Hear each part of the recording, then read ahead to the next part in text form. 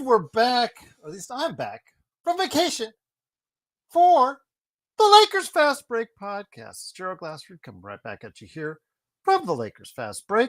Pop Culture Cosmos, where we cover the latest news and trends in pop culture each and every week, twice a week, wherever you get your podcast. We're going to come out a little bit later on Monday, so my apologies for that. I'm trying to catch up with all the... No worries. Mark, come on, man. If you've got time, I know it's in the middle of your workday, but if you've got time and from the land down under to come on over, talk shop, go ahead, my friend. You're always welcome.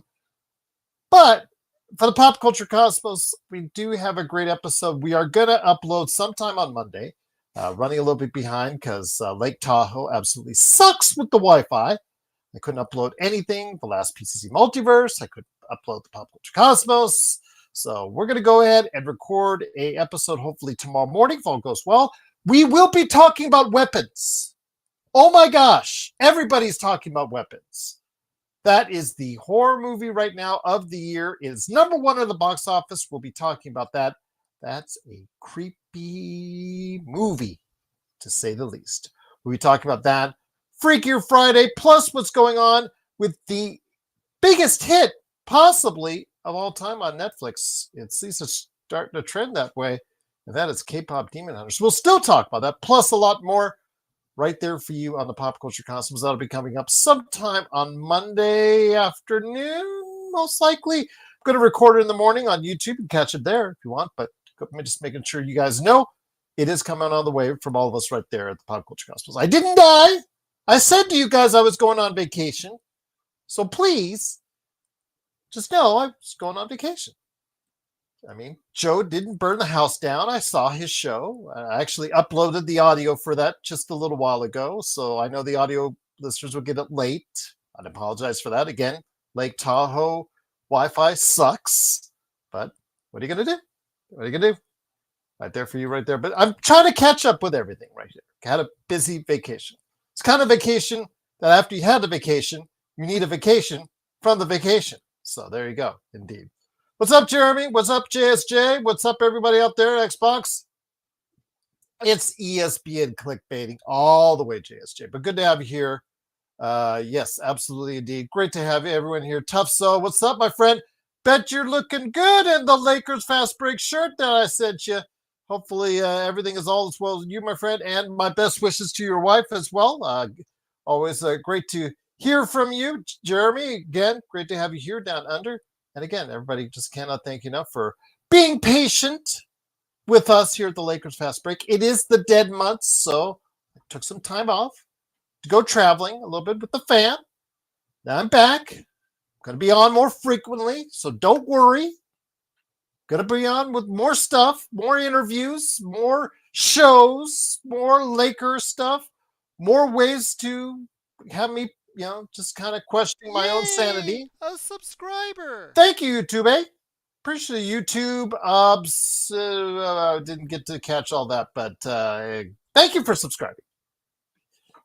Truly appreciate it. But I did want to go ahead and mention that we will be bringing you all the good stuff that you know and see all the time here at the Lakers Fast Break.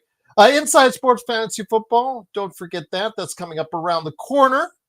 As well for you fantasy footballites, because we're already in the first weekend down of fantasy football as far as people starting to draft. Of course, we had the first weekend of exhibition season.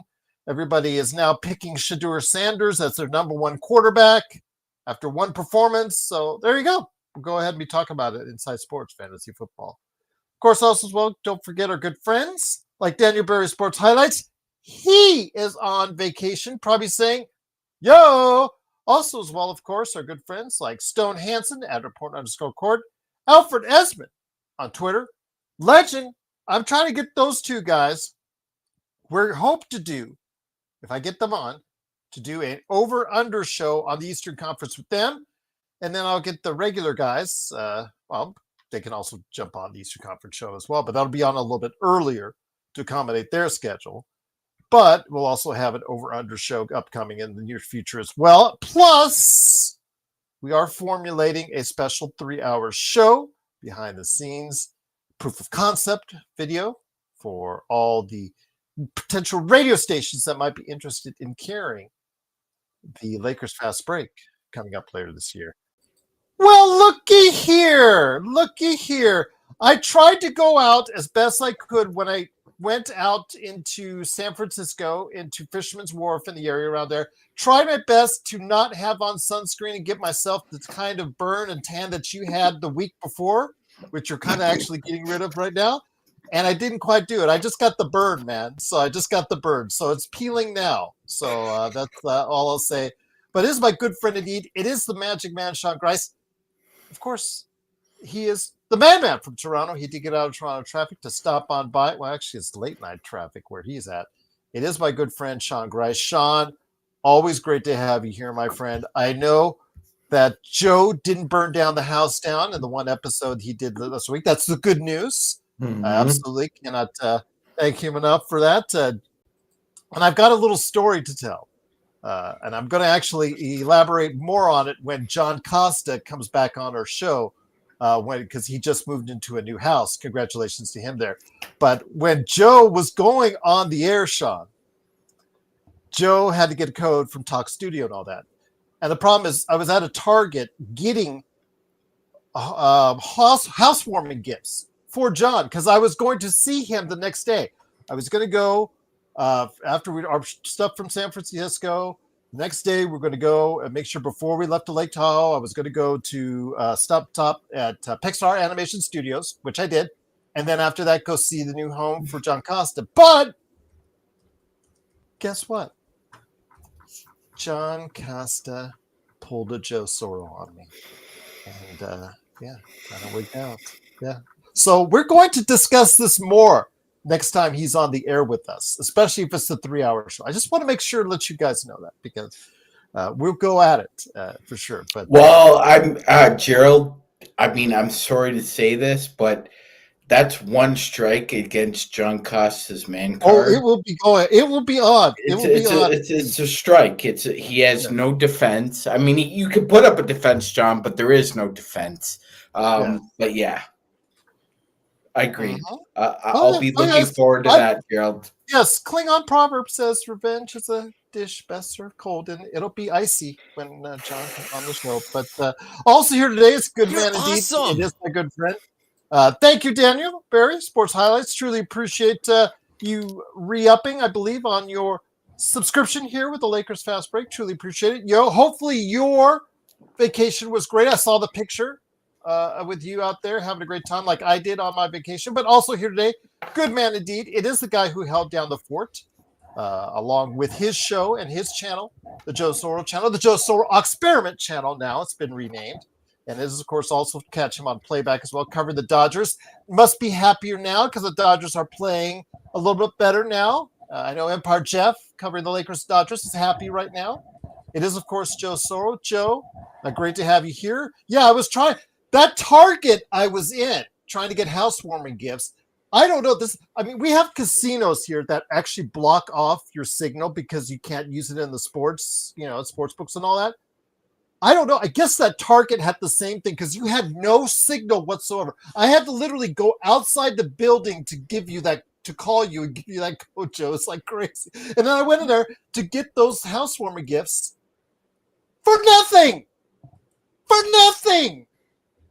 For nothing. How are you, Joe? I sent it out when I sent it out, knowing that there could be a possibility there'd be a delay. So it worked out exactly how it felt like it was going to work out. So we didn't lose anything. Okay. And as far as the miscommunication or the inability to connect, 3 times, not joking, 3 times that John Costa has come down south, I'm going north. So there's some I was there. I was close by. I was maybe about an hour away from him, 45 minutes out. But he said, we were going to meet up, but then he had to cancel last minute. So I'm going to go ahead with he already started this argument with you. So when he comes on the air, just know I will remember this. See, Gerald, you should, because this happened. Remember, he called out Joe. Yes, he called out did. Gerald. Yes, he did. And you know, I've been a victim of this myself. So I understand completely where Gerald Glassford is coming from, ladies and gentlemen. I was invited to a wedding 3 weeks before the wedding was to take place. And my invitation was one of the ones sent out last because the fiance didn't like me, and my my friend didn't have the onions just to have a conversation with me about that. So I took the low high road, Gerald. I sent him and her a very nice gift, but I didn't go because it I was just 3 emailed weeks. John, by the way. I just emailed him a gift card from Target to rub it in again. But yeah, I had to go back the next day. I had to return the products which I had bought. My daughter and I picked them out. It was like really cool. You know, okay, she liked this. She liked that. She thought this would be good. Yeah, yeah, yeah. That's cold, John. Yeah, That's cold, okay. Costa.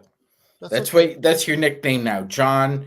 Cold as ice, Costa. Yeah. Oh, it's coming back on him. Cold as ice. That's good. He called out Joe. And the thing is, on this show, between us as panelists, we have this rapport where if one calls out one member of the panel, then does the same exact thing to another member of the panel, guess what? Vengeance has a price. And I'll just leave it at that. But getting back into all said and done, it was a great vacation. I got to travel to quite a few places, drove about 1,500 miles and all. Family made it through. Good driving as far as it's concerned. A lot of good stops along the way, and just really happy to be back with you guys. And again, we'll be providing many more shows in the coming weeks and months for you right here at the Lakers Fast Break. Is it really because John Costa is really a Warriors fan? I don't know. He is from Northern California, but he does have that LA sign. Oh, he's really I've never seen a panelist take it in the keister like John is right now in the comment section, John. Oh, that's okay. You are getting brutalized, John. No. He actually got more brutalized with the Jordan versus LeBron debate. That was, I think. Oh, they're going after his manhood in this one, Joe. Yeah, I think that one was just that one was just Joe dunking on John. This is a little different. This was personal. This was personal. Indeed. No worries. John, that was professional. You. Joe gave John a polite, as he could, professional ass whooping. But this is personal, what you did, Costa. Well, John, we love you, man. We can't wait till you come back on the show. I know that you will be here when we do have our 3-hour special, whenever you're able to line that up. But do appreciate the fact that when you can, it'd be great to hear you. I know that you're still trying to get everything fixed inside the new home, but I'm just happy for you, your significant other, and your daughter on your new home. Always great to get that first home. Always that it's a special feeling, and so I really am rooting for you, my friend. But we're 14 minutes into it. I cannot delay anymore, guys, because guess what? I drive 1,500 miles, and I come back for another LeBron rumor. Yay. See, you don't even get the high-pitched yay from me. You get at this point, guys, I'm just tired. I'm just done. Because the latest rumor has, as far as ESPN trying to facilitate this thing where Stephen A. Smith or whoever you want to say this time, just trying to get him to Cleveland. They're just trying to get him to Cleveland, either before the season, during the season, or after the season. I'm assuming at some point in time, whether he gets a one-day contract or it's a final year contract, he will end up being in Cleveland. That's just fun. Later on. But please, can we just stop the noise? Can we just stop the noise and let's focus on the season upcoming? Because it's really getting irritating. This background noise that still continues to happen week in, week out. I mean, we just signed Luka to a deal. We've got things in place for hopefully a good season for the Lakers. And it's just this noise just keeps on going. So I'm going to start off with you, Joe. I'll bring it back to you, Magic, for your thoughts after Joe comes on this, because I really want to hear what you have to say in regards to this, because especially with Joe, I love how you will always point out what Joe says in your comments on that. So I want to get Joe first in this. Joe, I know you're going to probably give me a short, blunt answer and then elongate it from there, as only you can do in regards to this with LeBron. I know LeBron has been a sore spot for years now. It's caused a lot of comments, both for and against.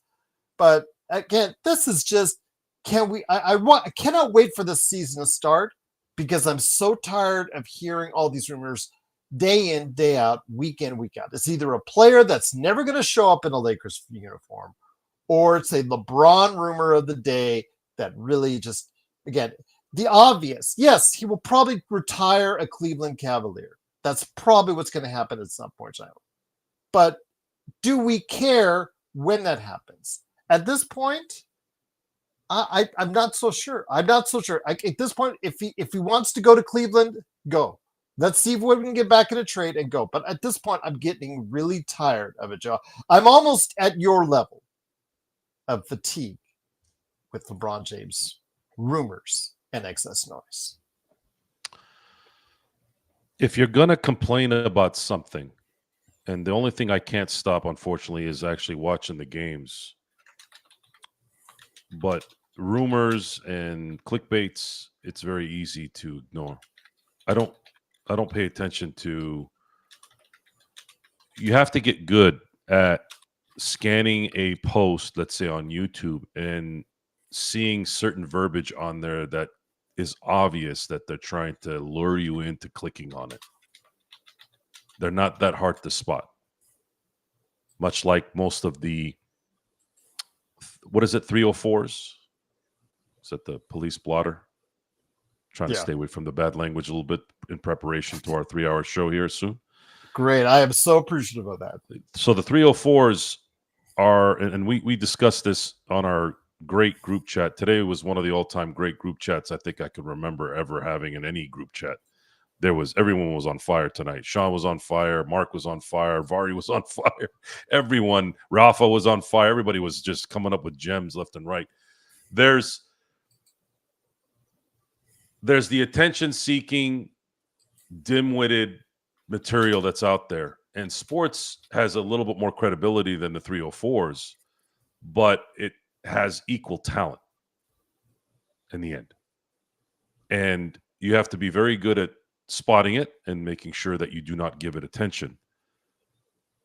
It doesn't mean that you're not paying attention to what's going on. What's great a little bit about it is once in a great while you'll hear somebody talk about it and you're like, oh, okay, so that's what's going on.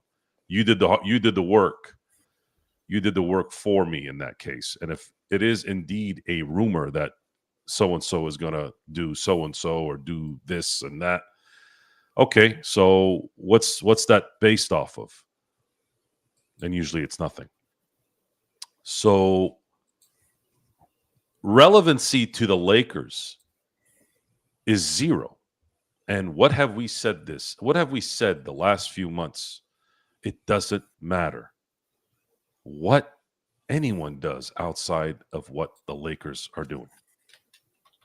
The two things that the Lakers did in the last 7 months is they solidified the next phase of their process by bringing in his prime megastar, and not too much of a surprise, but a surprise in the timing.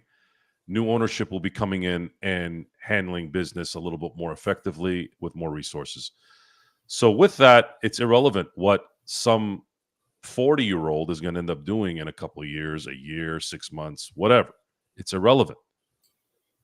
Giving attention to it is irrelevant. Giving attention to it is a waste of space and a waste of time, no matter who it is. Would we say this about Kobe Bryant? Would we say this about Magic Johnson? Would we say this about Kareem? No, we wouldn't. Would we say this about Pau Gasol? No. Why are we saying it about LeBron James? I'm going to tell you. LeBron James is only loyal to LeBron James.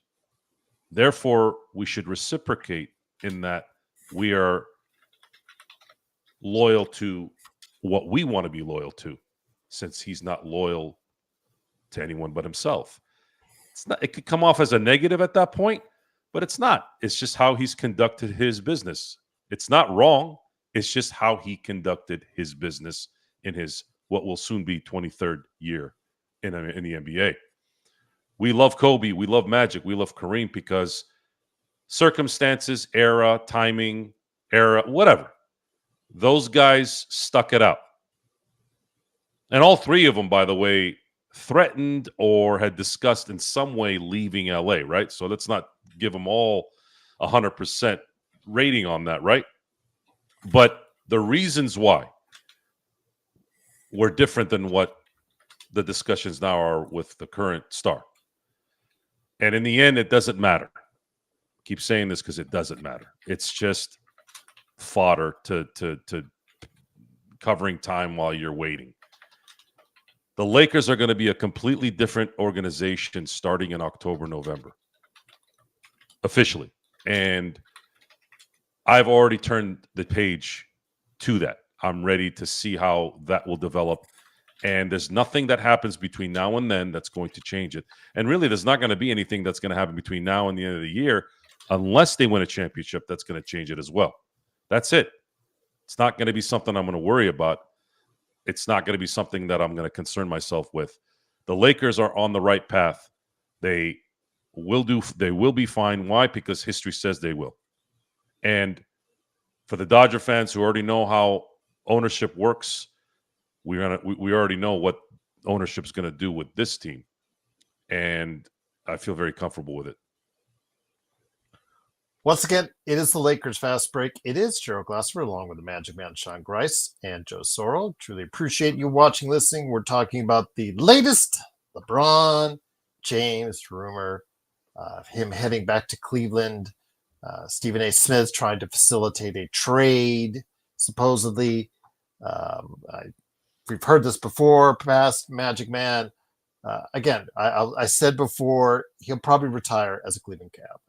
One day contract or next year's final year, if he leaves the Lakers, he's going to do something like that. But I just don't see why a team like the Cleveland Cavaliers, who a 60-plus winning team, a game-winning team, with a nucleus that has been together now for years, and this is now the put up or shut up time. Your main rivals, both have severe injuries, and they're pretty much out as far as any title contention.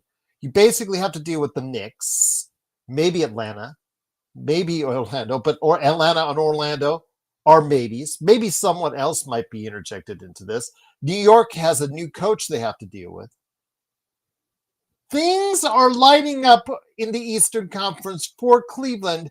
All they have to do is rinse and repeat what they did in the regular season and then try to figure out what they did wrong and figure that out as far as how to do it right this time around in the playoffs. Why on earth would they want to mess that up by bringing in LeBron James at this point, Magic Mansion? Christ. I don't think they would, Gerald. I don't think they would. And to be fair to the fans in Cleveland, what happened last year will not be replicated. The Cleveland Cavaliers had two different 15-plus game winning streaks in the same NBA season. They're the first team that it's happened to since the merger. So that will not be duplicated, Gerald. They can't have that. They won't win as many games as they did last year. I'm sorry. Everyone's saw what Cleveland did. They're not surprising anybody this year. I would also say this. They got off to that white hot start, right, Gerald? I don't expect that to happen again either. Rarely does a team that has a start like that, and we've seen the Lakers have it with Kobe and Shaq, rarely is that replicated again. But I wouldn't add LeBron James to this team. This team won 65-plus games. They're capable of winning 60-plus again, like you said, Gerald, in a very diluted Eastern Conference that really only has, I would say, 3 teams right now. Like Gerald said, Orlando's maybe if they overachieve with what they have and they added a little bit more, maybe. But yeah, I wouldn't add the LeBron to that mix. And just to segue off something Mr. Soro was saying, he brought up some interesting terminology, and I had to take a young colleague of mine, Gerald, aside this week, and we had a conversation about what Joe was bringing up there about commanding respect versus demanding it. And I had to let this young person know that, the best way to command respect is not to demand it. Let others observe your behavior and let them decide for themselves your actions, whether or not you're a leader, whether or not you deserve respect. Remember what Nick Saban said, Joe? When you wake up, what are you entitled to? Nothing. And I don't think respect is above all entitlement either, Gerald. I don't care if it's LeBron James or me or Joe or anybody else. I think, that comes from observing somebody's behavior and keeping an open mind, because this again just reminds me of the LeBron gossip mill in the summer, where it's got to pull it through, Gerald. Got to just keep over and over that revolving door of stories over and over again. Oh, he should go to Cleveland. Oh, they should trade him in Cleveland. Oh, let's just show this passive aggressive picture of him training at the LA Clippers facility. I mean, this has got to stop. And Gerald, you used a good word, fatigue, but I would go above and beyond that. I would say at this point, we're all jaded, because jaded is a form of fatigue where you're completely exhausted about the overuse over and over and over again. Just the repetitiveness of this constant LeBron gossip mill in the summer, Gerald. I think that was an apt observation. And everybody is tired of it. I mean, I know he lives in a bubble, but you can't afford to live in a vacuum anymore, Gerald. And I think above all, he should recognize that it's enough. Like, it's tiring. You've jaded the rest of the NBA hoop heads over this crap. It's one of the greatest players of all time. Nobody can dispute that, Magic Man. But man, it's so hard to stay consistently behind him because there's just so much noise. And it just gets so tiring. It just gets so fatiguing. I know Sharon, she's such a great supporter, and I don't blame her, and more power to her for that. And if you're a LeBron fan still, like a super fan still, more power to you on that. And he is one of the greatest players of all time. I will never dispute that, and I will always back up anybody who says that. But please, this stuff, it just gets so tiring. We need it to stop. Stephen A. Smith, whether he facilitated, started the rumor, what have you, it just doesn't make any logistical sense, because his contract is more expensive than anyone on the Cleveland team currently. So what are you going to give? Like I know it was mentioned earlier in the chat, as far as Evan Mobley and a first rounder. Seriously, you would go with that? Cleveland would actually hang up on the phone faster. You can say, no way. It doesn't work. There's just logistically, it's not going to happen, because there's not enough pieces that Cleveland wants to give up to make this happen. So this stuff needs to stop. Now, again, if he finishes this next season, fine with the Lakers, absolutely fine. Or if it gets closer to trade deadline and the Lakers are out of it and Cleveland might get an injury or two here, it might need a 40-year-old superstar, absolutely. Then we can start having that conversation. But as of now, it just doesn't make any sense. And Magic Man, before I say I am on board with the fact that they won't repeat that same hot start, I want to see their schedule. If they've got an Eastern Conference schedule heavy to start off with, I'm going to say they're probably going to repeat a lot of it. I think they need to go 75% winning percentage against the teams that are under 500 or under in the East, and they probably will. But if it starts out in the West, if they get their start and they're heading west, then I would agree with you absolutely on that. But I do see another 60-win team for them this year, which we'll cover in an upcoming episode on over-unders with the Western and Eastern conferences, which I'm looking forward to as well. But Joe, getting back to you, again, I don't know why this still perpetuates itself. And yeah, again, we can all ignore the noise, but in this dead time, in this period of silence, because the Lakers have pretty much done as far as their roster is concerned.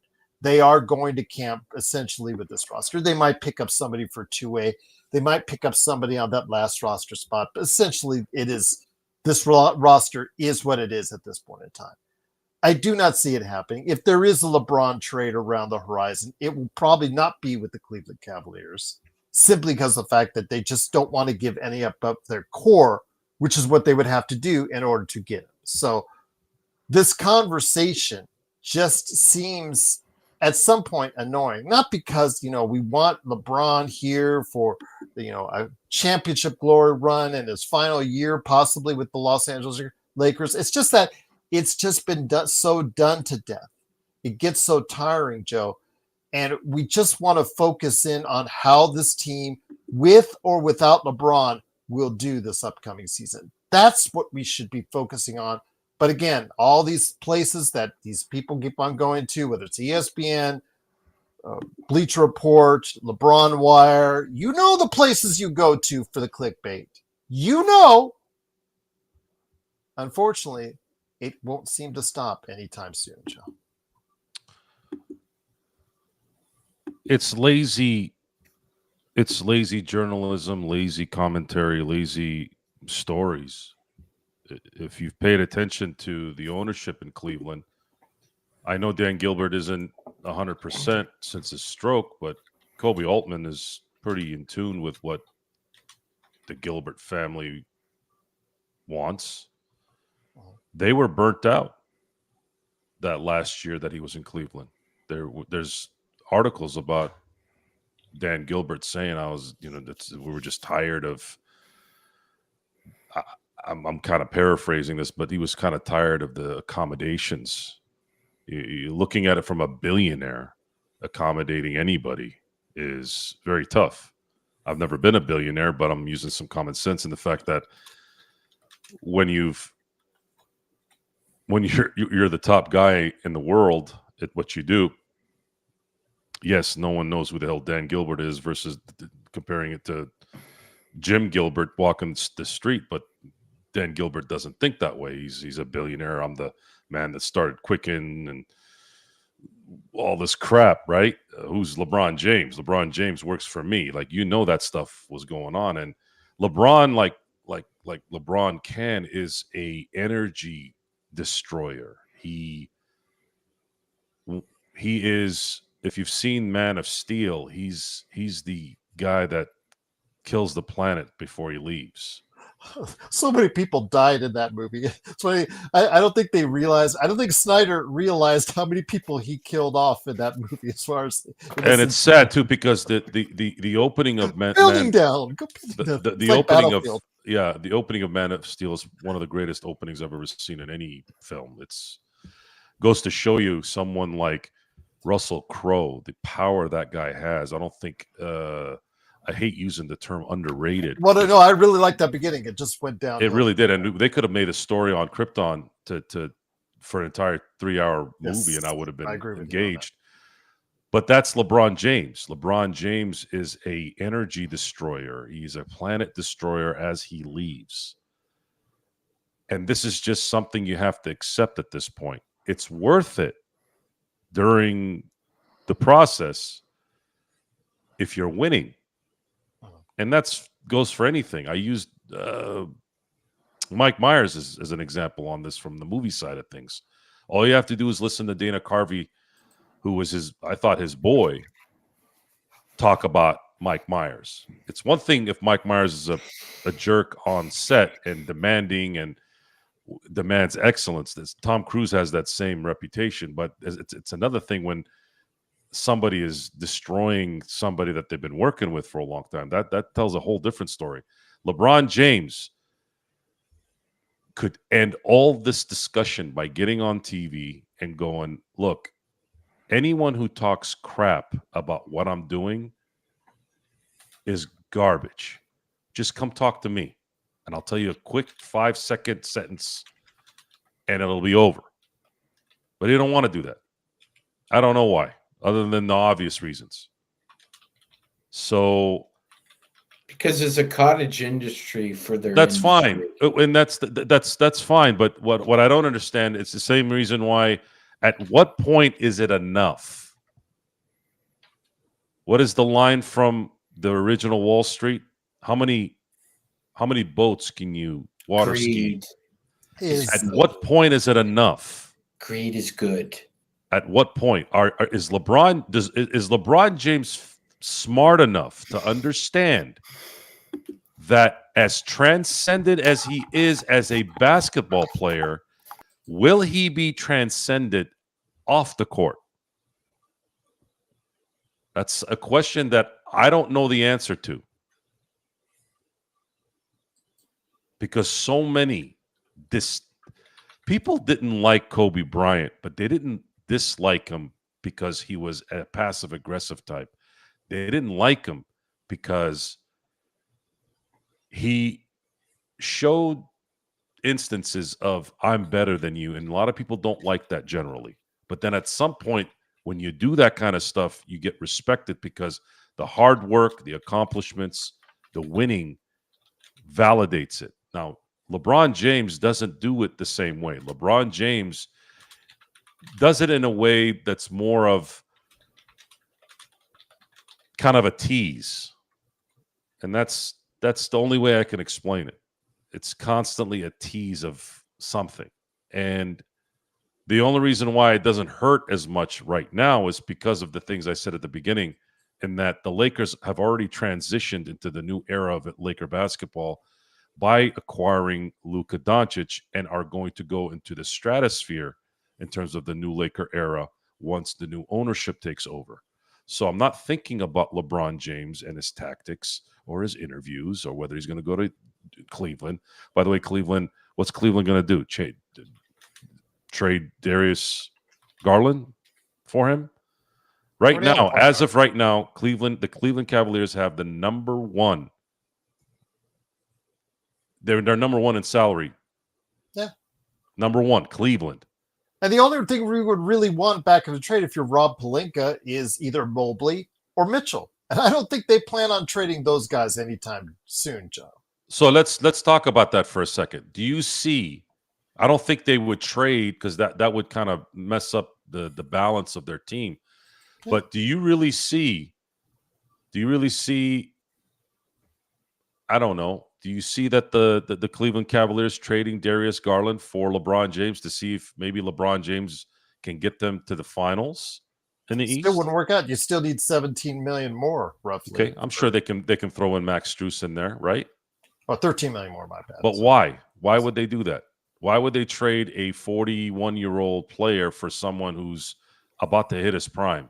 Yeah, for a point guard position. For what? So that they can win? So that they can maybe win in 2026? I mean, come on, guys. Seriously. Stephen A. Smith is the one that created this. Is that correct? Joe brought up Wall Street.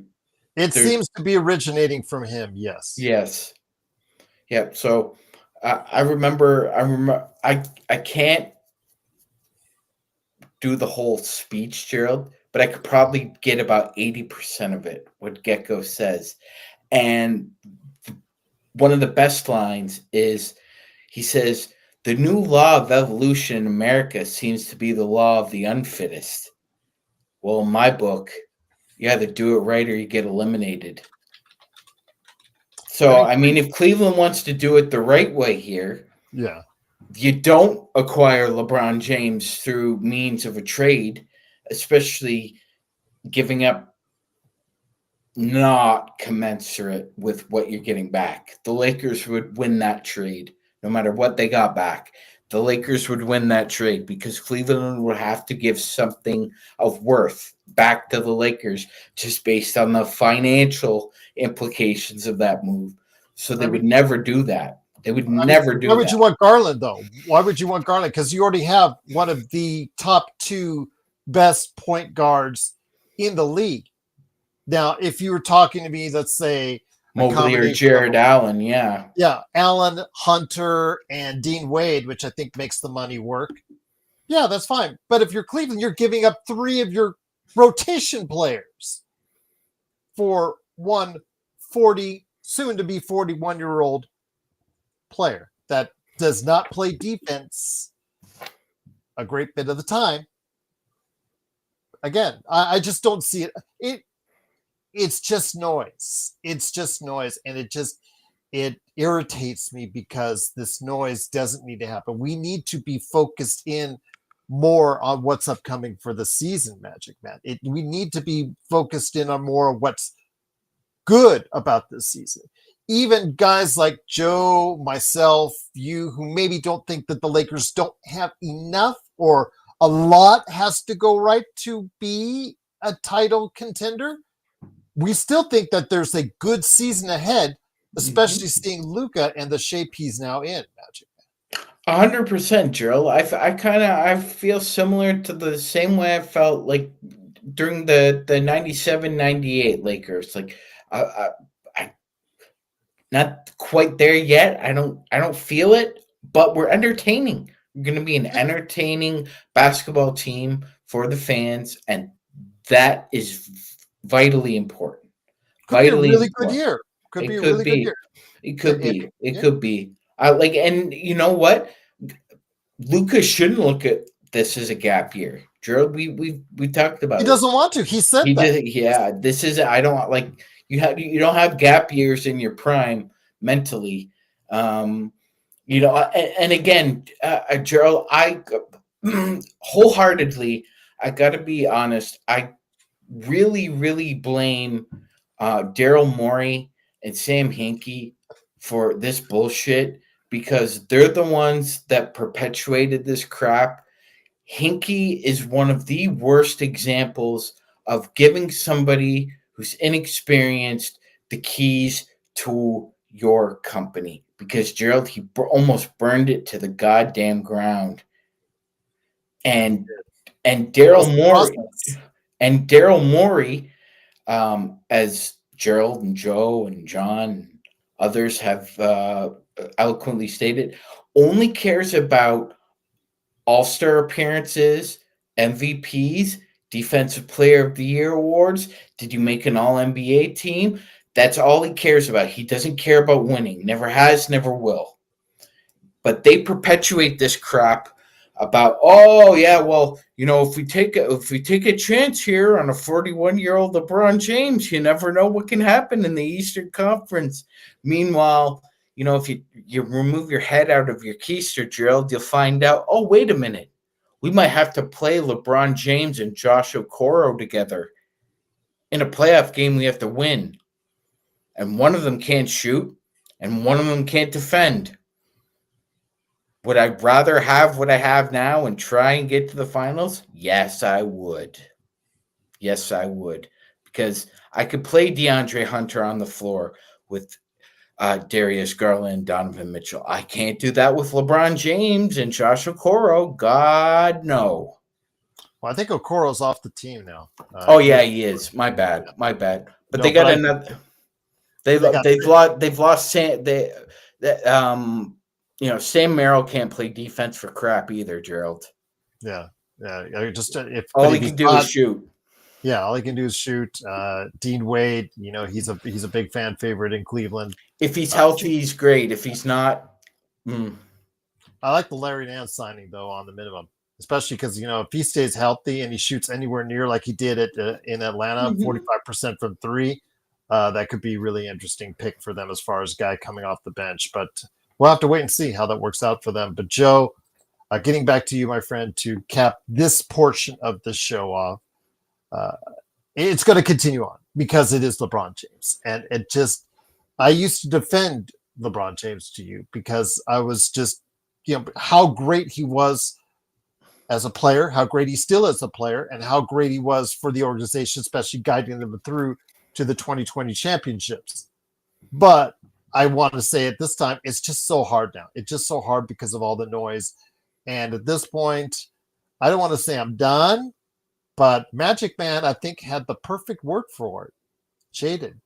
And I think I'm really got there. I think I am jaded when it comes to LeBron James at this point. I hope I get off that at some point, but it's just hard right now to go ahead and break through all that noise. Alpha, I'm going to answer that as soon as I finish Gerald's question. The way Sean explained being jaded, it's exactly that, and that it's fatigue from. Usually use the word jaded or cynical in life, right? Like, oh, you just assume people suck when you meet them, or you just assume things are going to go wrong. That's what that is. And we no longer really can assume or there's no more assumption. It's at this point the way it is, and that LeBron James is a nuisance. And it's not a nuisance on the court. It's everywhere but the court, which is a huge distraction if you're not focused on other things. If you're focused on nonsense, you're gonna clickbait this to death, and you'll write about it. All the publications, all the shows are gonna be on it because most of those shows don't have any talent to create anything of substance. They don't know how to speak from what I've observed in any way. And lowest common denominator seems to be that kind of audience. I don't know why. Maybe it explains why the 304s get all the attention, right? The simple clickbait stuff works. However, I'm not going to shop at Walmart. I don't give a damn how cheap the prices are. I hate Walmart. It stinks. Yes, I have shopped there before, and if I absolutely have to, because there is something. I don't have great impressions of Target after my time there. Well, Target has gone downhill too, by the way. Well, Target used to be the spot. Target has actually deteriorated. It's no longer Target, and it's not an accident. Yeah. It's not an accident. And for those of you who watched my show a few nights ago, I keep telling you this: when you cater to the wrong people, the right people are going to make you pay. Because the right people have the money. The wrong people are the ones that don't have the money. They just have the mouth that for some weird reason, social media has given them the forum to do. And that's what this is. You're allowing non-talented people attention to nonsense. LeBron James is one of the most talented athletes ever, not just basketball, ever. But everything that man does outside the court is mediocre at best. And I would love to say it to him, to Maverick Carter, to Rich Paul. And of course, they'll laugh. They'll be like, who the hell is this? Whatever. What do you know? Every opportunity he has is based off of what he has done on the court. Take that away, he's nothing. That doesn't mean anything in the end, right? That's his asset. But to me, you're this large. You've had this much impact in your profession. And I have never really seen this much disdain over a player. Polarizing is an interesting word that I hear about LeBron James. I never considered LeBron James polarizing. To me, if you're polarizing, there has to be. To me, Kobe Bryant was polarizing. I don't consider LeBron James polarizing. I just think he's a schmuck off the court. Joe, and I'm not the only one. Joe, you talk about every once in a while you mention Sex in the City. I remember Carrie had one of the best quotes I ever heard. I'd rather be someone's shot of whiskey than everybody's cup of tea. And I think that's LeBron's problem, man. He tries to be everyone's cup of tea. And that's always the weird thing about him is he'll get into arguments with people in the stands, and I'm not against talking smack to fans. I think that's a cool thing, actually. All the greats do it, but you can't talk to fans or strangers as an equal. You should be better than that. But LeBron doesn't have that communication skill for some reason. He hasn't developed that. There's a lot of fallacies about his intelligence because I've seen him play 7 seasons with the Lakers.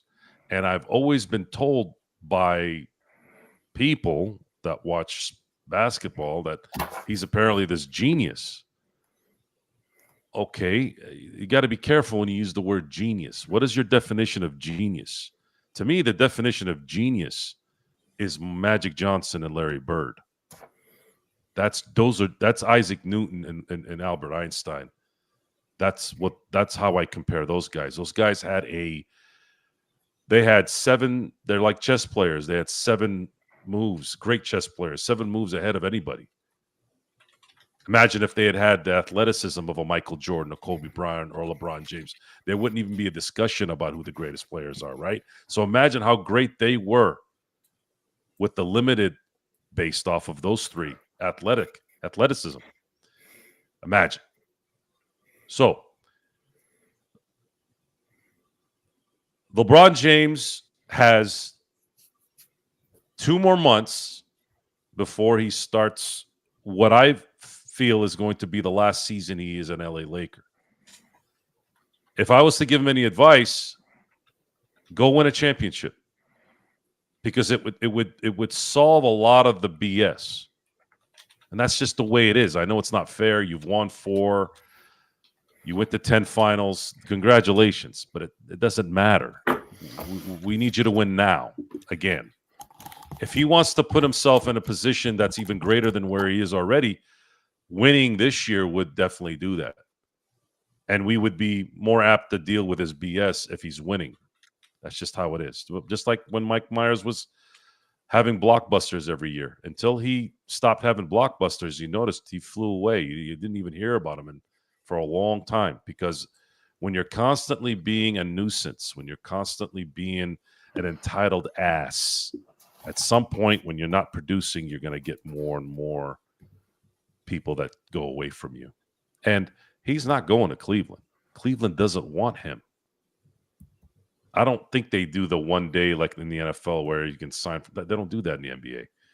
So LeBron James, if he's smart, puts all his efforts in this next year, try to win a championship. And if he doesn't, my advice to him would be retire. I think you've done enough.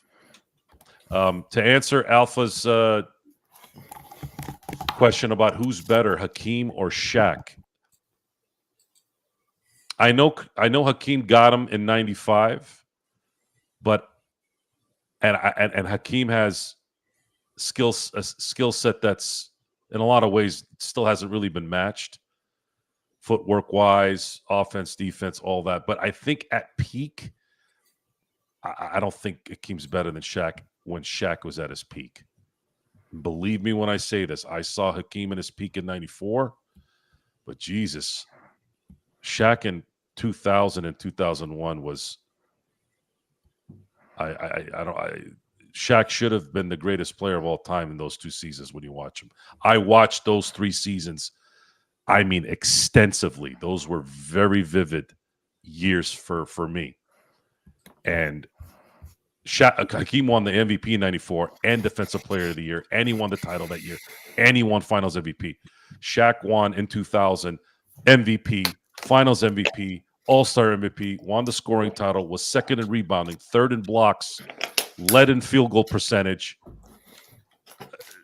The man was a force that in a year, in 1 year, I can't see anything since I've been watching basketball better.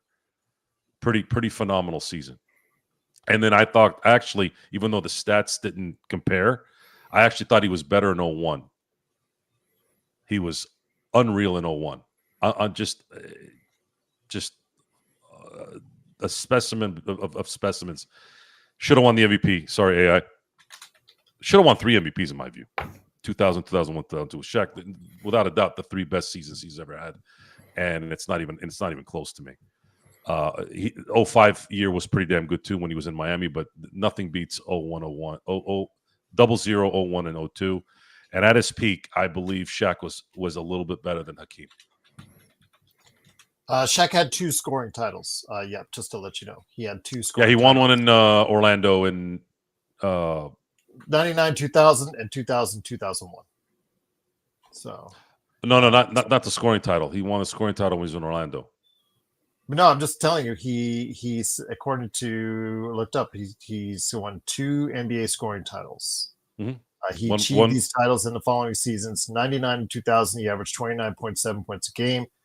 That's points per game. That's like you got to take into account points total for the scoring title. That's what matters, not the points per game. Well, I'm just saying the total. I understand what Lith is saying, but in order to win the scoring title, it's points scored in the entire season. It's not points per game. Well, no, a scoring title is points per game, because remember, David Robinson on the last day scored 70 points a game just so he could get a higher scoring average, and he won the scoring title. So, I mean, it's just what I typed up on the search. So, soup Google, not me. Yeah, Shaq won the scoring title in Orlando in 1995.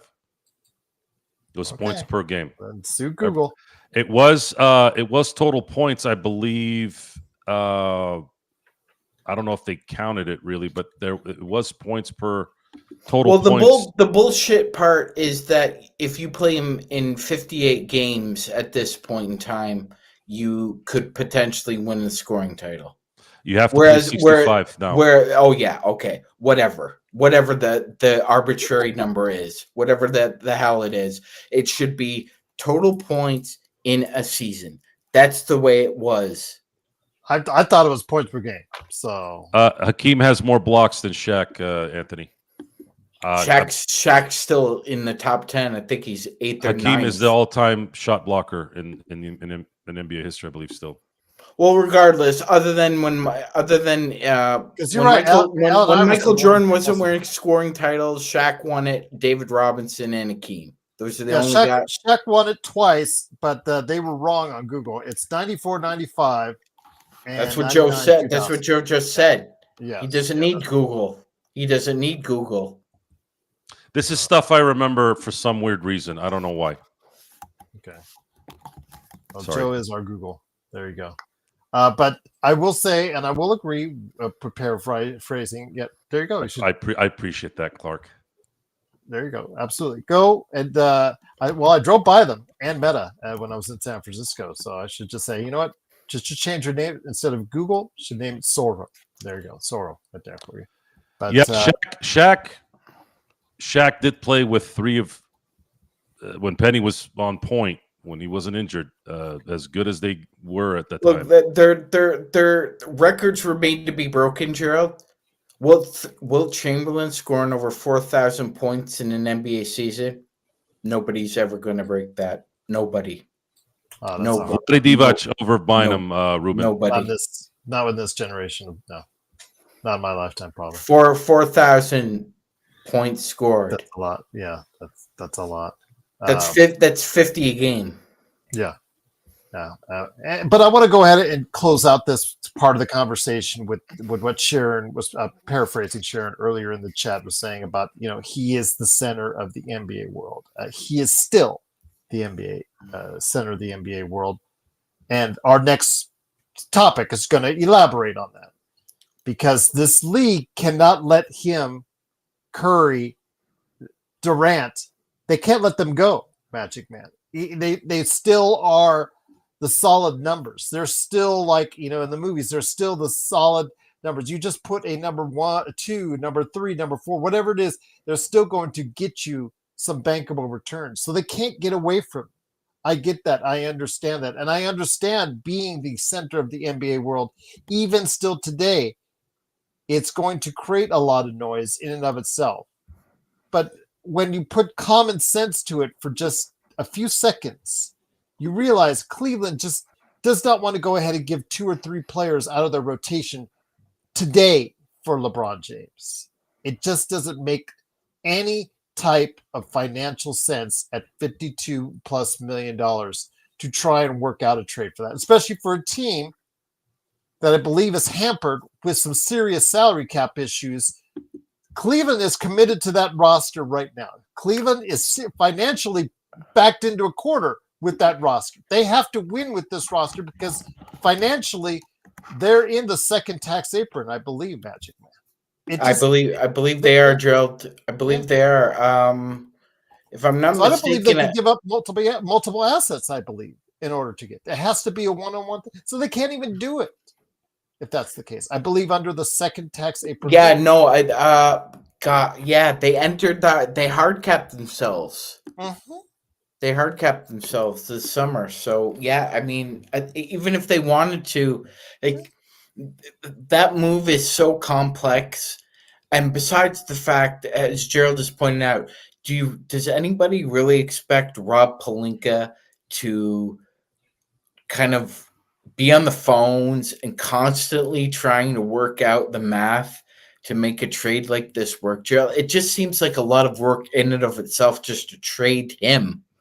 I understand the team is no longer the persona non grata, as far as the guy that everybody wants to. And Gerald, do you always notice?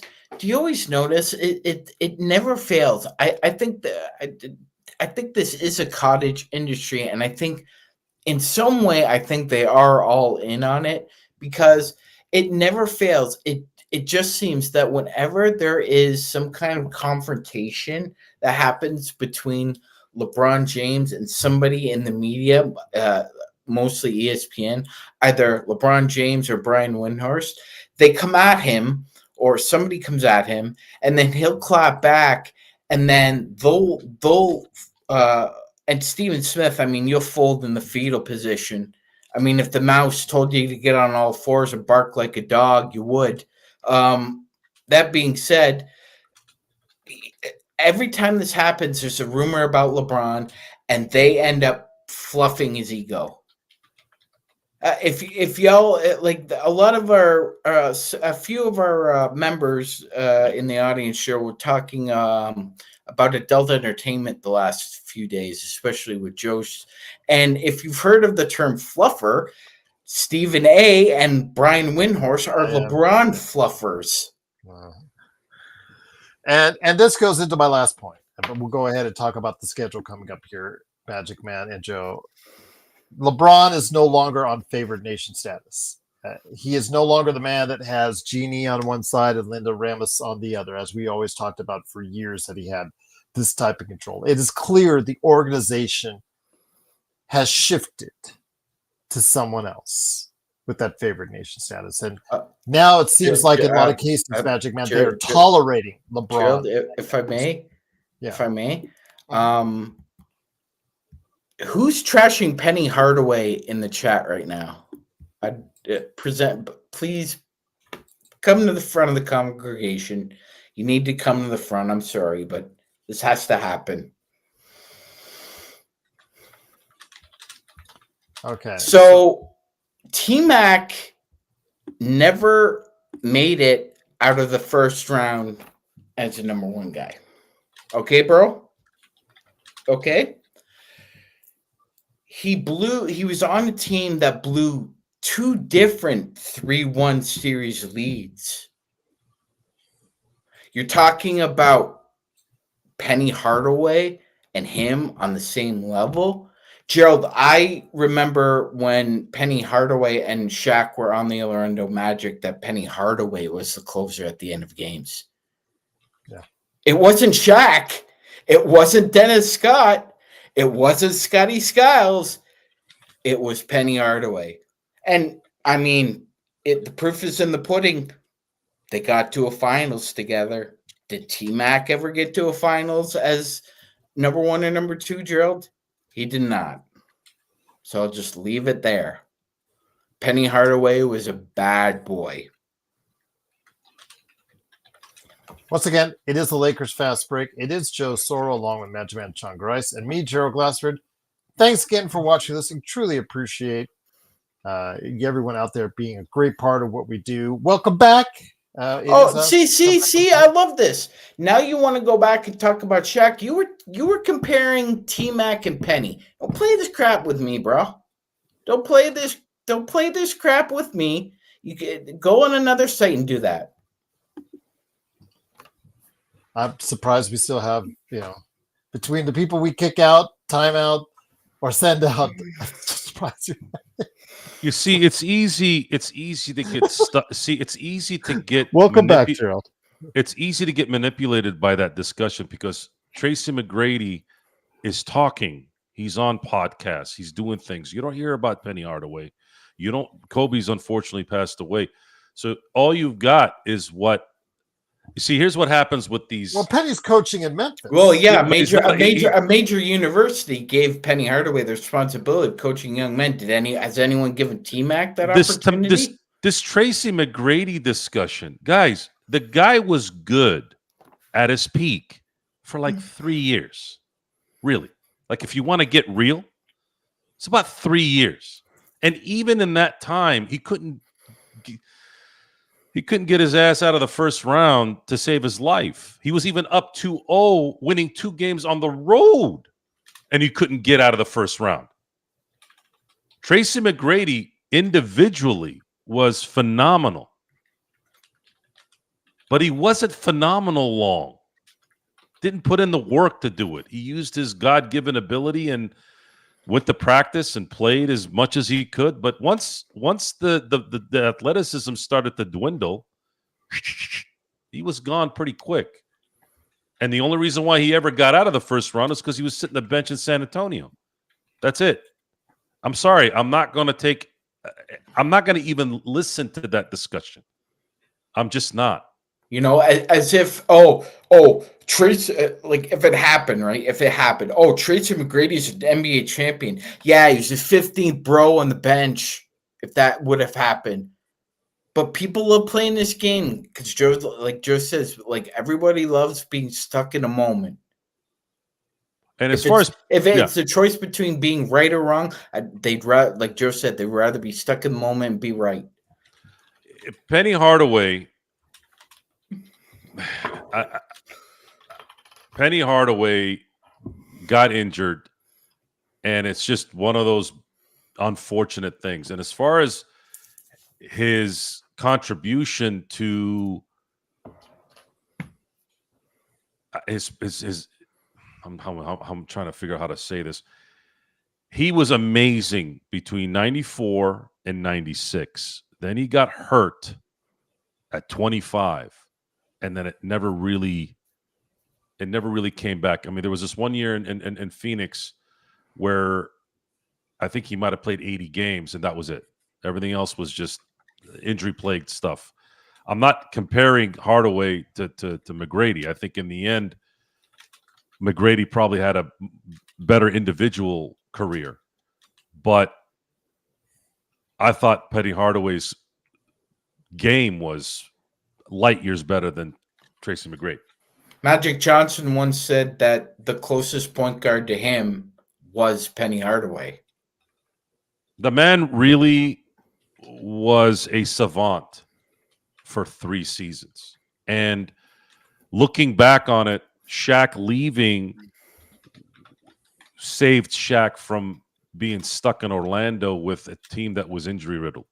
He might have asked for a trade at some point, sure, but it just so happened that he left at the perfect time. And then, of course, he ended up playing with, in my view, the second greatest player I've ever seen. So it worked out for Shaq. The things you hear out there, I think it's important that we say this and we talk about this because this is what's going to set us apart from the dillweeds that are popular out there in the podcast world. We remember this stuff. We were there. And believe me when I say this, any player that you want to talk about from 1991 till now, I'm going to tell you exactly who they were. And you can have a different opinion on their value and how great they are, but I'm going to have stats and an actual live feed of what I watched. We've talked the same thing about Tracy McGrady, Allen Iverson, Penny Hardaway, Dwayne Wade. These guys are all phenomenal talents. But what separated those guys from the Jordans, the Kobes, the LeBrons? In the end, it's going to be work ethic and being able to stay healthy. And those are things that, and of course, winning. You have to do it all, guys. I'm sorry. Especially in basketball. Basketball, there's more onus in winning in basketball, in my view, because you have the most control of it as a great player. You only have 5 on the court. 1 out of 5 can make a difference. In baseball, Ohtani can only, unless he's pitching, of course, which is something we're going to probably see here in the next few months in the playoffs, he can only affect the game once every 9 at bats. It's hard in baseball.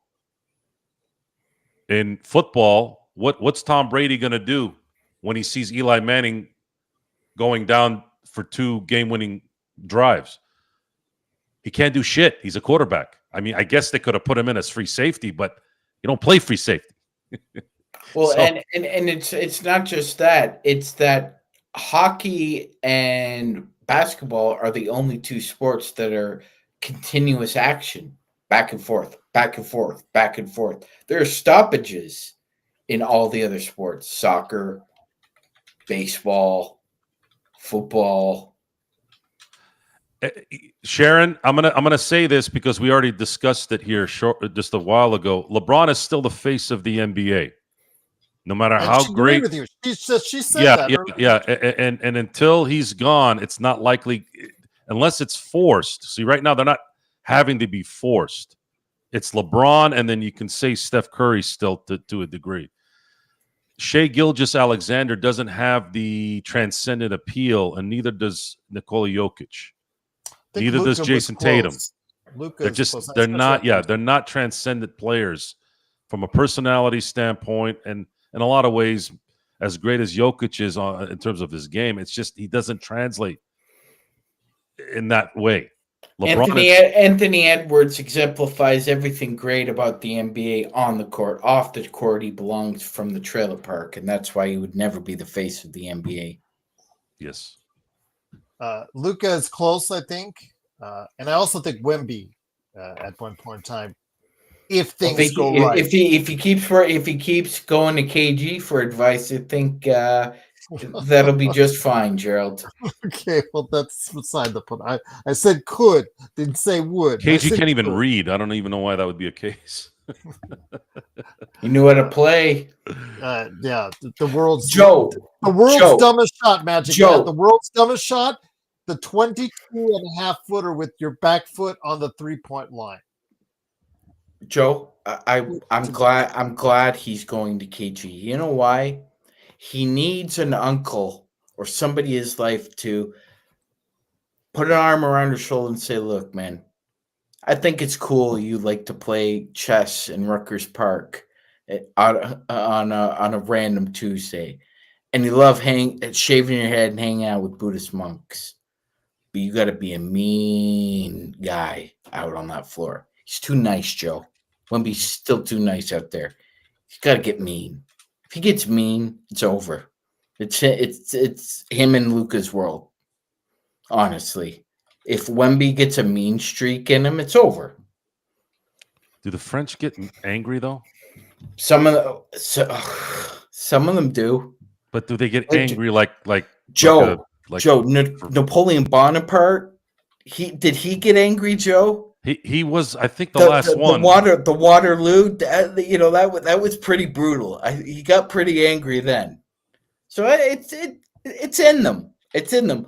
But a lot of them are cheesy and surrender monkeys. It's to quote Willie from The Simpsons. But yeah, he needs to get mean. I don't know if Cooper Flagg will be the face of the NBA either. We have to wait and see how that plays out. I think the crop next year, like AJ Demancia, he might be something special. We'll see. But right now, I think if you had to give me 2 players for the future, I'd say Luka and Victor Wembanyama. Those are my 2 that I think will become the face of the NBA once LeBron, Curry, Durant, once those faces start to retire and go on to different things, and maybe NBC will hire them too, because they seem to be hiring everybody there. So I will just say this again: we'll continue to hear more rumors. I don't know if we'll talk about it here on the show, but these rumors as of late, you guys have been trying to feed them to us in the chat. I guess we have to talk about them every now and then, but they're just rumors. It's just enough to pass the time until the real work begins and the real season begins, which I think is what we're looking forward to indeed. But before we head on out, Dirk was a great one, by the way. Dirk, yeah, Dirk. Nowitzki has an argument as the greatest big man shooter. He has an argument there. As far as best offensive player, no. Step back jumper was deadly. You can't have Kareem Abdul-Jabbar in existence and Michael Jordan and Kobe and say that Dirk was better than those three. Kareem Abdul-Jabbar had the most devastating weapon in NBA history. Michael was Bo Jackson in between 84 and 89. Here's how good Dirk was. Dirk was so good, Kobe emulated his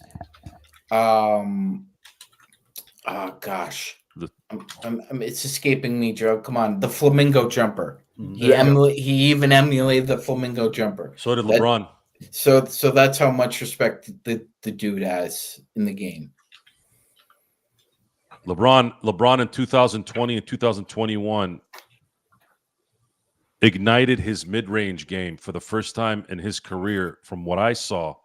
And if AD doesn't get hurt, would have won championships in both those seasons because of it. Because LeBron with a mid-range changed everything. It's unfortunate that it's been very rare that he's been able to do that consistently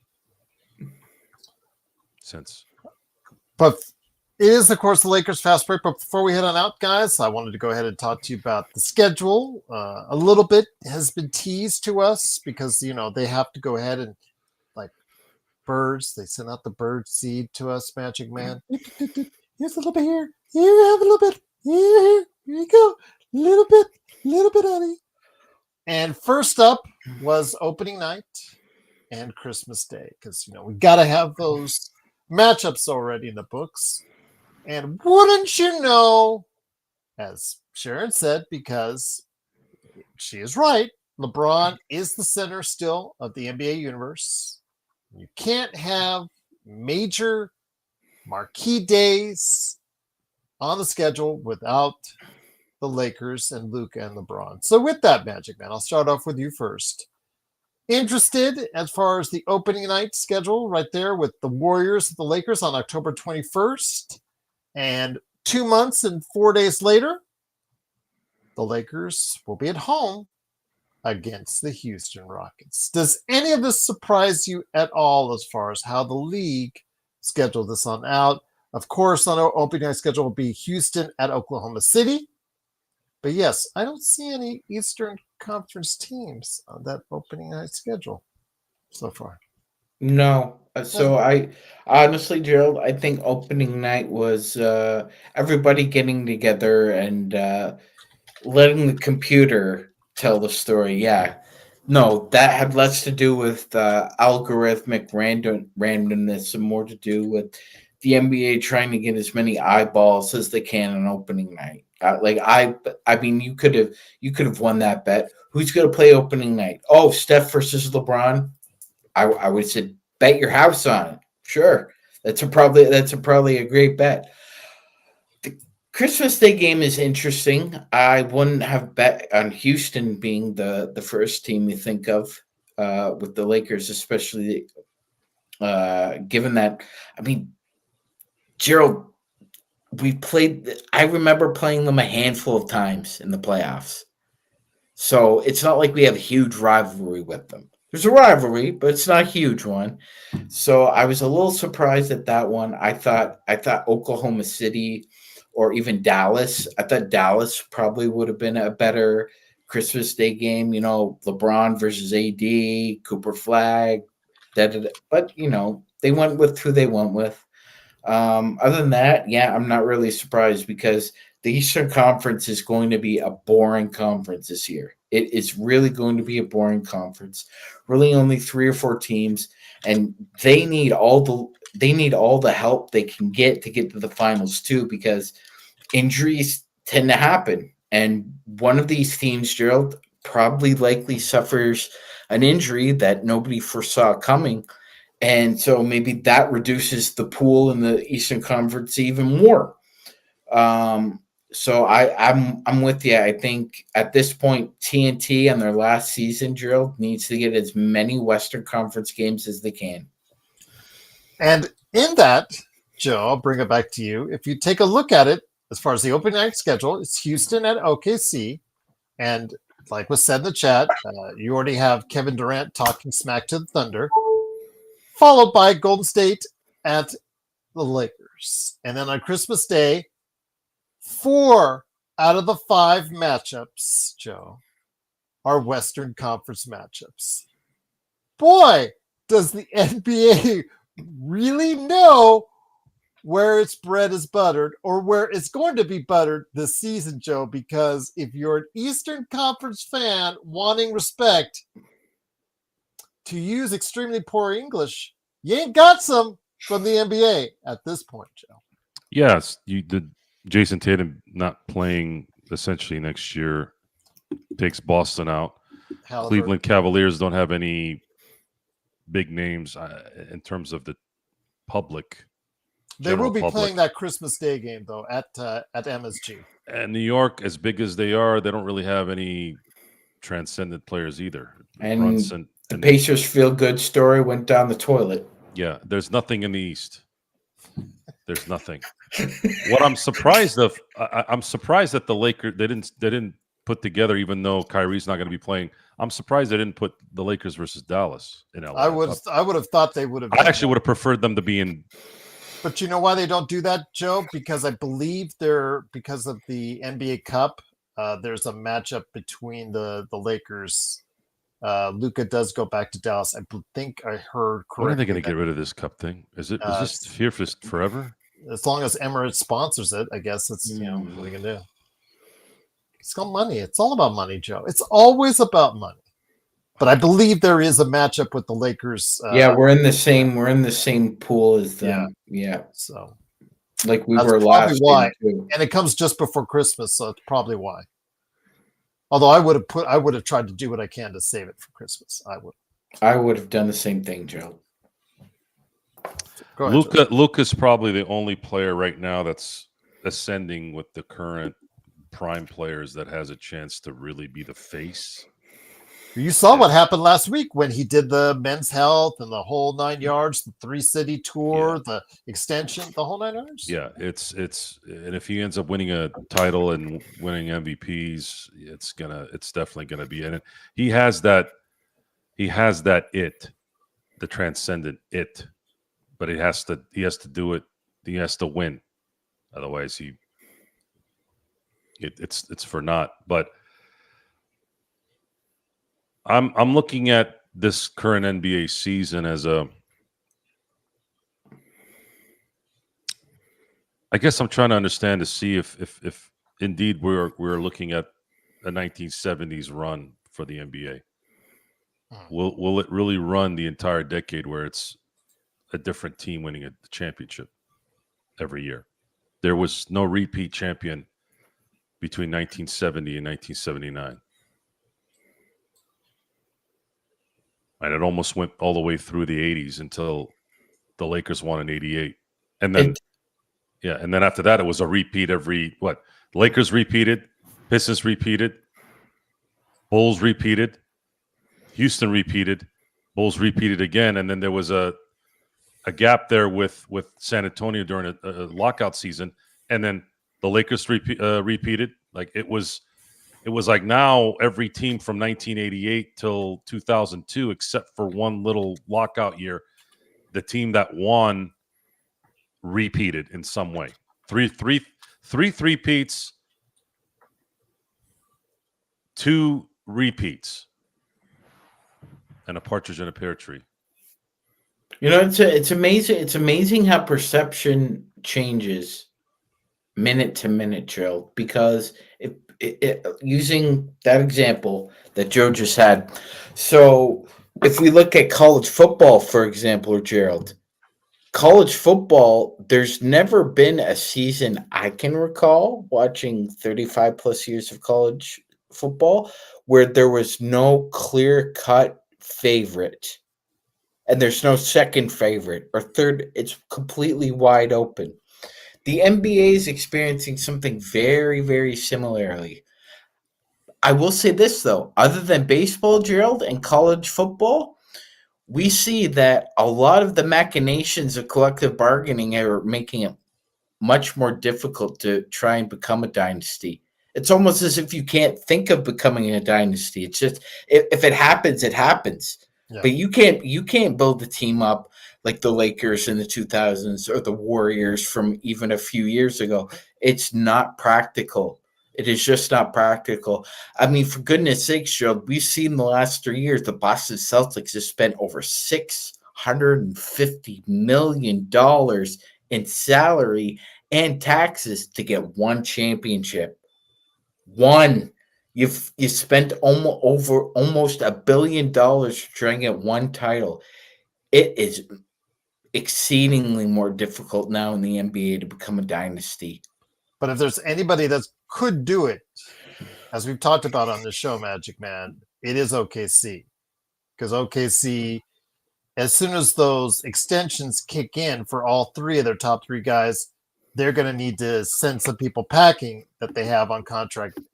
But they have so many draft choices, so many shots at getting replacements and even possible stars to add on to by the end of this decade, that if anyone were to do it, it would be OKC, Magic Man.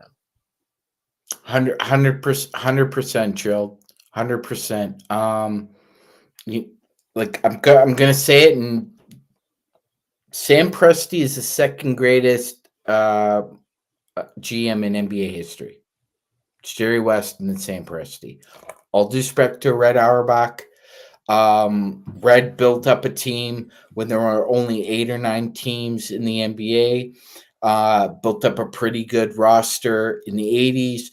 The 90s, slowly we saw, Gerald, as in other sports, Red got older. The game sort of passed him by. He didn't have the same eye for talent. Nobody's going to question the fact that Jerry West and the Sam Presti are the best 2 evaluators of talent in NBA history, Joe. They have the proof. They have the proof. Multiple 60-win teams building multiple different contenders in different decades.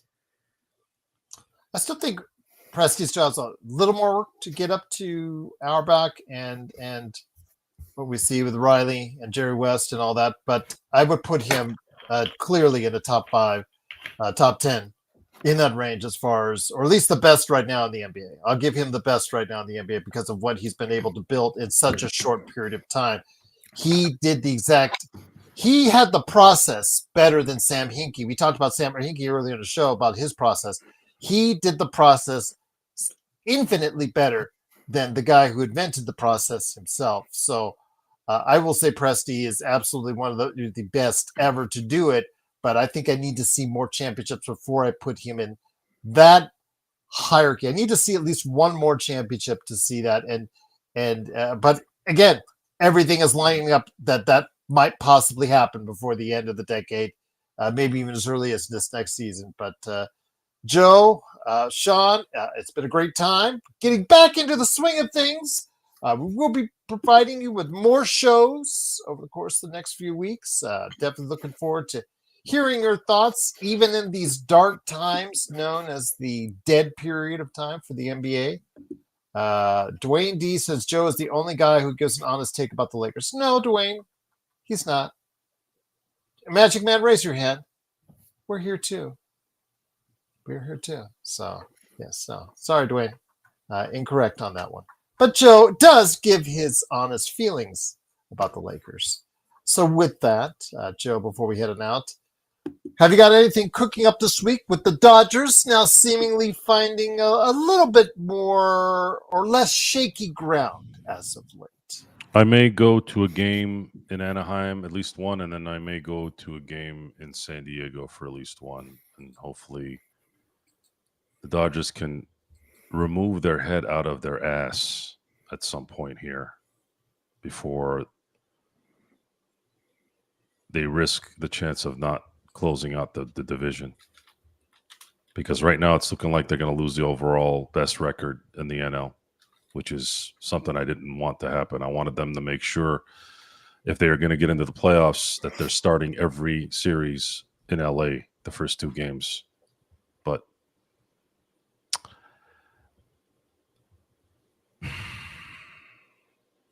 there's no excuses this time. The starting pitchers have been pitching very, very well. Today they had 3 bases loaded opportunities where they didn't take advantage. Really take advantage with timely hits so that they could extend the lead and put Toronto away and sweep. They desperately needed a sweep at some point, especially with a team like Toronto who's playing really well. They'll have to make up for it here this week because they could extend this with them having the power. And by the way, Anaheim need to avenge their sweep from earlier this year in LA. You better go into Anaheim and whoop their ass in all 3 games. And if you really want to win the division, you got to sweep San Diego in San Diego. And then at that point, you're probably looking at going from 2 games ahead to maybe 5 games by next week this time. Well, we'll see what happens because they're still 5.5 games behind the Brewers at the top of the National League. It just seemed like yesterday they were on top, but Well, I have some. I don't.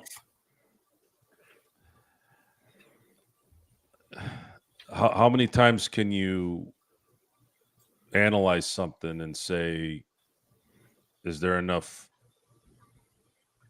testicular fortitude is the nice way of saying it. Uh-huh. How at what point does your softness hinder you? Are you going to constantly be in that afraid mode? Okay, it's freaking August. Can you not be afraid now? You were afraid in June. Okay. I'll be a poontang pie like you are and accept it. But what about August?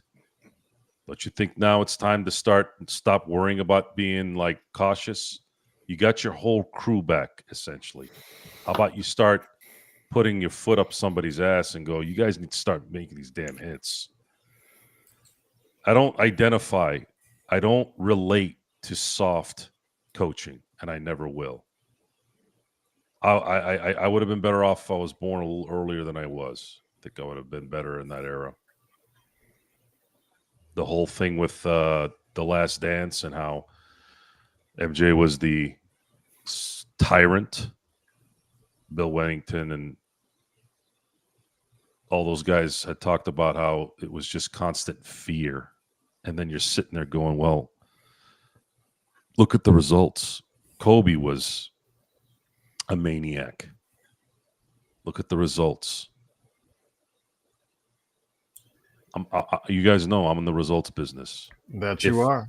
If you are going to be a tyrant, but you're putting the effort in and you're demanding excellence, then there's nothing to talk about. And if you're not demanding excellence, especially with the Dodgers had depth on top of depth like I've never seen any baseball team have. And they're going to have a worse record this year and the year before and the year before with the most depth I've ever seen on a baseball team. That doesn't make any sense to me. And real quick one for you both, you guys. Your teams over the weekend, they played their first exhibition game. Are you a believer, Joe? And I'm Magic Man. I'm going to get to your team in a second, because, they kissed their sister. And I'll just leave it at that. Who? Scott, the Raiders. They tied. But how about that 70-yard kick? I watched it live. Yes, that was really cool. I saw that. He would have made it from 73. Yeah, it looked like it was at least 3 to 4 yards past that. I was sitting there looking at it. I was like, I was half paying attention, and then I heard there goes 70 yards, and then I kind of looked, and I'm like, he cleared going it. in. Cleared it. Yeah, I'm like, that's really going in, and then yeah. Mr. Little. Yeah, that was really impressive. So is this is this what's going to happen now? Like, do you have any idea how much this changes football? If you start having kickers hitting 60-yarders like they're 50s? Exactly. We'll see. We'll see how that happens. And then, this isn't Lane Kiffin asking Sebastian Janikowski to go out at the 25-yard line and kick a 75-yard field goal. We don't even have need for a punter anymore. But punting's going bye-bye in the NFL pretty soon, Gerald. We're seeing more and more 4th and 2s and 4th and 3s at the 40-yard line. I love how Pat McAfee always talks the great game and talks all this and all that. And I'm like, dude, you were a punter. I don't even think the people on your teammates actually thought you were an NFL player because you were a punter. And I'll leave it at that. But Joe, are you a believer in Skylar Thompson? No, he's not. 3 touchdowns. No, he's a good backup. Okay, but he's not gonna. Something else. I don't know how the roster is gonna play out. Will Howard broke his bone in his hand, and he's likely going to be out for the preseason, which is a bummer. But he's got a lot of. I don't want them to jinx Will Howard. First and foremost, I've watched enough football, especially Ohio State football, to know that I know C.J. Stroud is kind of maybe breaking the mold a little bit, but I have to see it to believe it, and I can't assess that yet. Ohio State quarterbacks don't necessarily usually work in the NFL. It's just not. It's just never. It doesn't happen. That's kind of working against him. He's also a 6th-round pick. I'm not going to put that much pressure on a 6th-round pick. I don't think he should see the field the first year. He needs to sit behind Aaron Rodgers, do his thing. So that means Skylar Thompson will likely be the backup if I'm in charge, and then let Will Howard be inactive and learning throughout the year. And if things stray away a little bit with Aaron Rodgers, then you can decide on kind of what you want to do there. But I think you got to go all the way with Aaron no matter what happens, unless he gets injured, of course. And if he gets injured, you got to go get a vet. You got to go get a vet quarterback because Thompson's not going to be your guy if you want to. Well, I don't even know what to do at that point. Yeah. The worst weekend was for Rondale Moore. I feel very bad for the kid. Had last year injury all year long. First play, boom, happens again to the other knee, I believe, if I'm not mistaken. So that sucks. That really sucks for the kid. In his NFL career, he just may be gone, but we'll have to wait and see how that one. Magic Matt, how'd your Raiders feel, to you? O'Connell, but they managed to put up 23 points on the board despite him throwing to the other team. Yeah, the first team didn't look great. I think that offensive line still needs work, and the defense looked okay. So, Gerald, as much as people want to say we're probably going to end up at 4th, which I think we will too, the record may not reflect the 4th place team, though. They do have solid coaching. Like this is the best coaching staff I've seen the Raiders have in 23 years, Gerald. Again, we'll see what happens here in Vegas. See how many actual home games they have. That'll be the most interesting. Over under, I'd say 4 would be my number as far as how many actual home games they will have on the slate for this year, because just people come in from all over. It's okay. Hey, it's okay, Gerald. I mean, we go to Denver every year and we kick their ass in Denver most of the time, so that's basically a home game for the Raiders now. That's true. That's true indeed. JSJ said the O-line looks awful for your Raiders. JPJ is starting at center. He was picked. highly in the draft last year. He got crapped on unfairly, I thought, Gerald, for being a rook. You don't expect a rookie center to make a mistake at Arrowhead Stadium? I mean, what game are you watching, folks? It's a work in progress, but we're going to find out. I'm glad they re-signed Colton Miller. You need to stabilize the left side of that line. So Gerald, it's not like Ashton Genty needs these guys to be bulldozers. He just needs a crack. That's all he needs. That's the part I'm looking forward to with Vegas, because he should be by halfway through the season the guy that's up on the billboards when I'm driving by on the I-15. He should be, unless I hope he gets a few looks inside the red zone, Gerald. But if Genty wants to get to heaven, I think he's going to have to break a few of them, because the red zone belongs to Brock Bowers. There you go, Brock Bowers, indeed. I see a glimmer of light for the Raiders. I see a glimmer. It's a glimmer, but we'll see. And Joe with his Steelers. Counting on Aaron Rodgers. But they still have the same coach that Joe loves so well, indeed. But once again... Like counting on Gold Bomb powder, Gerald. Yes, that is true. Very true, indeed. Ruben, yes, he will always be a Trojan. Right on, Pete Carroll. But we will see. But once again, it is the Lakers Fast Break. We'll be back with more shows this week. Don't forget also as well to like and subscribe to the Joe Sorrell Experiment, which you can go ahead and check out anytime you want. He's got great shows up there already, so please go ahead and do so. Or you can stop by, as far as for Dodgers games, on the Joe Sorrell Experiment playback channel. Our playback channel is dead because nothing going on, and I don't know how many of you guys really want to stay up. I know the Lakers Nation, a couple other places, tried the Slovenia game just because, they're really trying hard. If you guys want to, email me, LakersFastBreak@yahoo.com. I'll see if I can get one of my great Australian friends who help us run the channel to see if they want to go ahead and do it. That's the case. So, yeah, LakersFastBreak@yahoo.com. If you want to see Luka play for Slovenia and all that. So, yeah, we'll wait and see. But again, we are excited for what's to come for this season. But please, can we just tone down the rhetoric and noise and rumors? I know the answer is probably no, but at least I asked. But once again, thanks so much to Magic Man Sean Grice and Joe Sorrell for being here. These guys are all over our WhatsApp chat, and they're now all over your chat as well. Please like and subscribe. Get the latest notifications on when we go live on the air.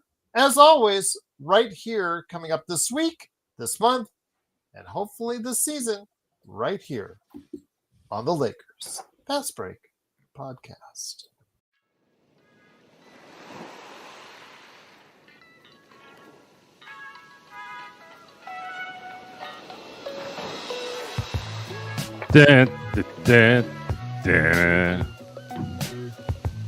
A different generation, a different daddy for the Buffalo Bills.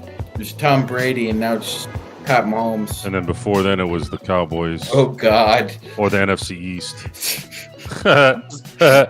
I'm just happy.